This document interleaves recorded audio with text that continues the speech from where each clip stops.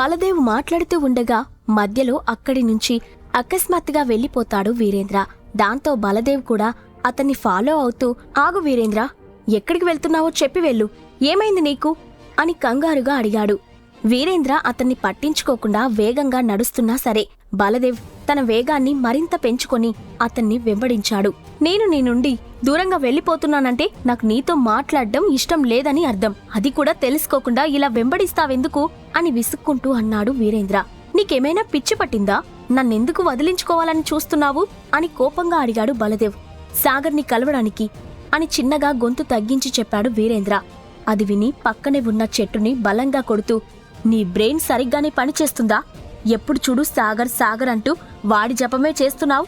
మనం వాడిని వదిలేసి పిల్స్ కోసం వేరే మార్గాలను వెతుక్కోవడం మంచిది అని ఆవేశంగా అన్నాడు బలదేవ్. నువ్విలా అంటావని నాకు తెలుసు, అందుకే నీకు చెప్పట్లేదు. అయినా ఇక్కడ ఉన్న మిగిలిన సెక్టార్ వాళ్ళని కూడా నేను పట్టించుకోవాలనుకోవట్లేదు. కేవలం నా సెక్టార్ గురించి మాత్రమే ఆలోచించాలి అనుకున్నాను. సాగర్ని బ్రతిమాలి అయినా సరే ఆ పవర్ పిల్స్ తీసుకుంటాను. నాకు కావలసింది ఒకటో రెండో అయితే ఎవరైనా ఇస్తారు, కానీ ఒక సెక్టార్ మొత్తానికి అవసరం. సాగర్ వెనుక విశ్వ ఆర్గనైజేషన్ ఉంది, అందులో కూడా పిల్స్ తయారు చేసేవాళ్లు ఉన్నారని విన్నాను. అతని ద్వారా వాళ్ళని చేరుకుంటాను అని వివరించాడు వీరేంద్ర. అతని మాటలకు బలదేవ్ అడ్డు చెప్పలేదు. కాని వీరేంద్ర భుజం తడుతూ, నీ బాధ నేనర్థం చేసుకోగలను, కాని అతన్ని కలవడానికి నువ్వెళ్లకు. నేను ఎవరో ఒకరిని పంపించి అతన్ని ఇక్కడికి రప్పిస్తాను అని నిదానంగా చెప్పి అక్కడి నుండి వెళ్లిపోయాడు. మరోవైపు లాంగ్వేజీ అకాడమీలో ముకుంద సోఫాలో కూర్చొని తన ఎదురుగా ఉన్న వ్యక్తి మాటలను వింటూ మొహం చిట్లించాడు. డీన్ చైర్లో కూర్చున్న కశ్యప్ది కూడా అదే రియాక్షన్. కొంత సమయం గడిచిన తర్వాత కశ్యప్ అసిస్టెంట్ని క్యాబిన్ లోపలికి పిలిచాడు. ఆ తర్వాత తన ఎదురుగా కూర్చొని ఉన్న వ్యక్తి వైపు చూస్తూ, ధర్మేంద్ర, నువ్వు మీ సెక్టార్ వాళ్లతో కలిసి కొన్ని రోజులు లాంగ్వేజీ అకాడమీలోనే ఉండొచ్చు. హైదరాబాద్ సిటీని వదిలి వెళ్లిపోవాల్సిన అవసరం లేదు. ఇంతమందికి వేరే చోట అకామిడేషన్ ప్రొవైడ్ చేయాలి అంటే కష్టమైపోతుంది అని చెప్పాడు. ఆల్రెడీ మా వాళ్లతో కలిసి విజయవాడ వెళ్లి అక్కడ సెట్ అవ్వక మళ్లీ తిరిగి వచ్చాను అని నీరసంగా చెప్పాడు ధర్మేంద్ర. అంతలో ఆ క్యాబిన్ డోర్ ఓపెన్ చేసుకుని లోపలికి వచ్చిన కశ్యప్ అసిస్టెంట్ అక్కడ ఉన్న ముగ్గురిని చూసి వినయంగా నమస్కరించాడు. మార్షల్ సెక్టార్ వాళ్ల కోసం మన అకాడమీలో అరేంజ్ చేసిన రూమ్స్ చూపించు అని గంభీరంగా చెప్పాడు కశ్యప్. అతని మాటలు వినగానే సరే అన్నట్టుగా తల ఊపి క్యాబిన్ నుండి బయటకు వెళ్లాడు అతని అసిస్టెంట్. ధర్మేంద్ర కూడా కశ్యప్ వైపు చూసి కళ్లతోనే అతనికి కృతజ్ఞతలు చెప్పి ఆ క్యాబిన్ నుండి బయటకు వెళ్లిపోయాడు. అతను అలా వెళ్లిన వెంటనే ముకుంద నిట్టూరుస్తూ, మన అకాడమీలో ఉన్న 3 సెక్టార్ లీడర్స్ని సాగర్ బోల్తా కొట్టించాడు అంటే నమ్మలేకపోతున్నాను అని అన్నాడు. నేను నీకు ముందు నుంచే చెప్తూనే ఉన్నాను, ఈ 10 సెక్టార్లు పేరుకే ఒకరికొకరు సహాయం చేసుకుంటామంటారు, కానీ అందరూ కేవలం తమ స్వార్థం కోసమే ఆలోచిస్తూ ఉంటారు అని అక్కడ సిచ్యువేషన్ని అర్థం చేసుకుంటూ అన్నాడు కశ్యప్. ఏదేమైనా ఆ కుర్రాడు మాత్రం సూపర్ సార్ అంటూ మళ్లీ సాగర్ని పొగడడం మొదలుపెట్టాడు ముకుంద. నాకెందుకో సాగర్ ఇబ్బందుల్లో పడతాడు అనిపిస్తుంది. పవర్ పిల్స్ కోసం ఈ 3 సెక్టార్ వాళ్లు అతని వెనుక పడ్డారని, అతని చేతిలో ఓడిపోయారన్న న్యూస్ దావాగ్నిలాగా సీక్రెట్ కింగ్డమ్ అంతా పాకిపోతుంది. అప్పుడు అందరూ ఆ కుర్రాడి వెంటే పడతారు అని నిట్టూరుస్తూ అన్నాడు కశ్యప్. అయితే ఆ కుర్రాడి మీద కన్నేసి ఉంచడానికి కొంతమంది మనుషుల్ని పంపిద్దామా? అతనికి ఏదైనా ఇబ్బంది వస్తే తనకి హెల్ప్ చేయడానికి మన వాళ్ళు ఉంటారు అని కశ్యప్ వైపు సూటిగా చూస్తూ అడిగాడు ముకుంద. కశ్యప్ తల అడ్డంగా ఊపుతూ, అతన్ని నువ్వు ఎంతమంది నుంచి కాపాడగలవు? ఒకవేళ మన మనుషులు అతనిపై నిఘా ఉంచారు అని ఎవరికైనా తెలిసింది అంటే వీళ్ళకి కూడా ప్రమాదమే. పైగా అతను ఇప్పుడున్న కల్టివేషన్ లెవెల్ని బట్టి చూస్తే తనపై ఎవరెవరు నిఘా ఉంచారో ఈజీగా కనిపెట్టగలడు అని నీరసంగా అన్నాడు కశ్యప్. మరైతే ఇప్పుడు మనం ఏం చేయాలి అని అయోమయంగా అడిగాడు ముకుంద. కశ్యప్ కాసేపు ఆలోచించాడు, కాని అతనికి ఏమీ తోచలేదు. దాంతో దిగులుగా మొహం పెట్టి, మైలతో యుద్ధం చేయడానికి సాగర్ హెల్ప్ చేస్తాడు, అతను ముఖ్య పాత్ర పోషిస్తాడు అని ఒక వ్యక్తి నాకు చెప్పకపోయి ఉంటే ఈ పాటికి నేను కూడా వీరేంద్రకు సహాయం చేసి సాగర్ చేత పవర్ పిల్స్ ఇప్పించేవాడిని. కాని ఇక్కడ జాలి పడాల్సిన విషయం అంటూ తన మాటలను మధ్యలోనే ఆపేశాడు.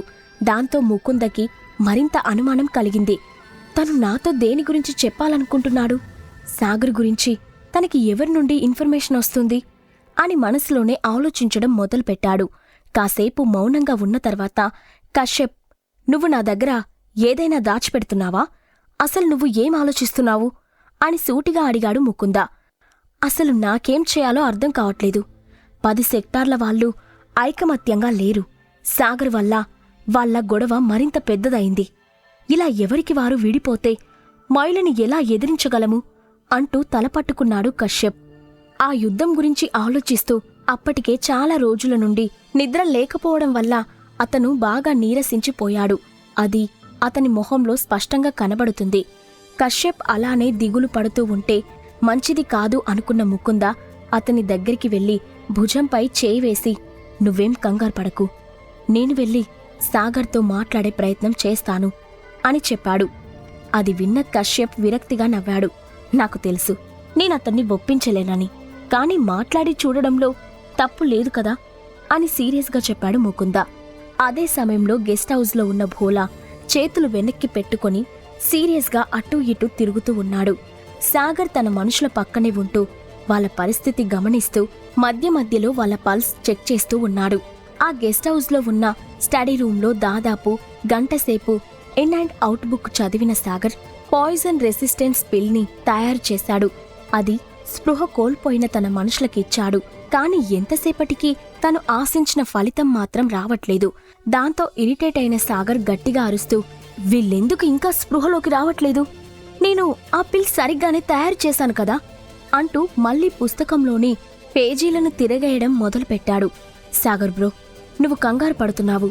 మనకిప్పుడున్న ప్రాబ్లం సాల్వ్ చేసుకోవడానికి ఏదో ఒక దారి ఉండే ఉంటుంది. ఇప్పుడు నువ్వు ప్రిపేర్ చేసిన పాయిజన్ రెసిస్టెన్స్ పిల్ అంత ప్రత్యేకమైన ఔషధం కాదు. అది వేసుకున్న వెంటనే ప్రభావం చూపుతుందని నేననుకోను.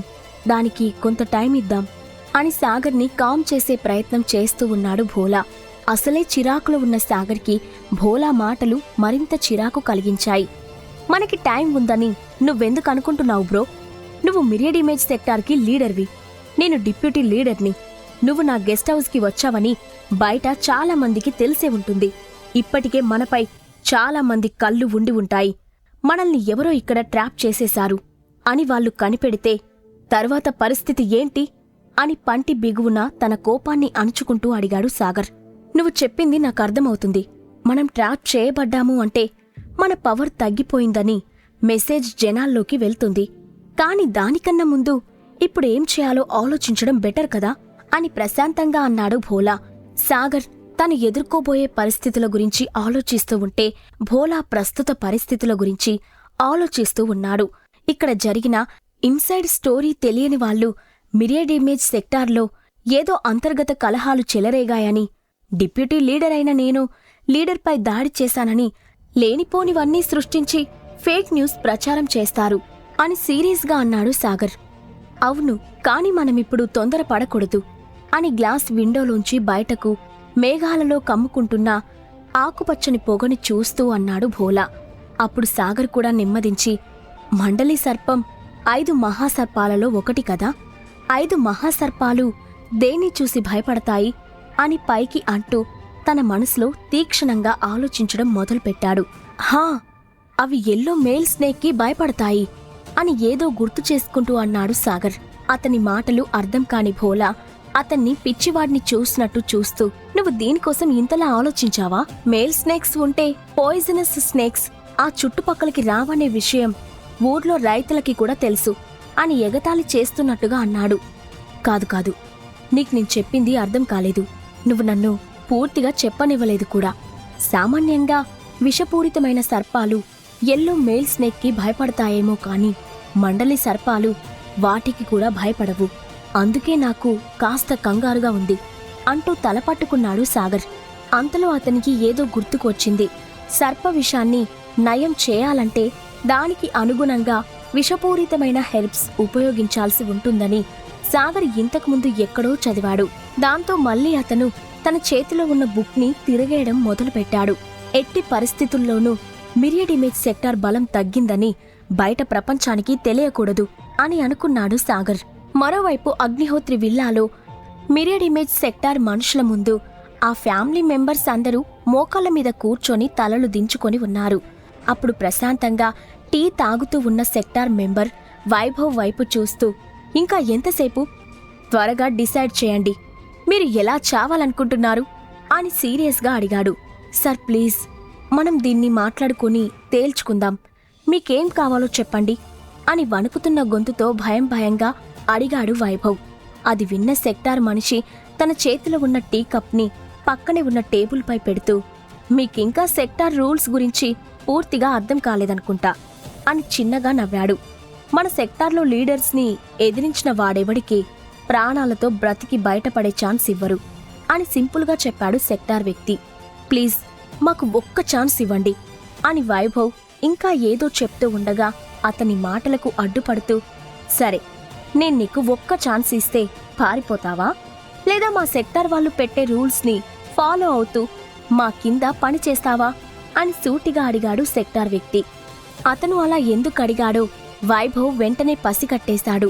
అతను ఒక్క క్షణం కూడా ఆలోచించకుండా, నేను మిరియడ్ ఇమేజ్ సెక్టార్కి నమ్మకస్తుడిగా ఉంటాను, మీరేం చెప్పినా సరే చేయడానికి నేను సిద్ధంగా ఉన్నాను అని కంగారుగా చెప్పాడు.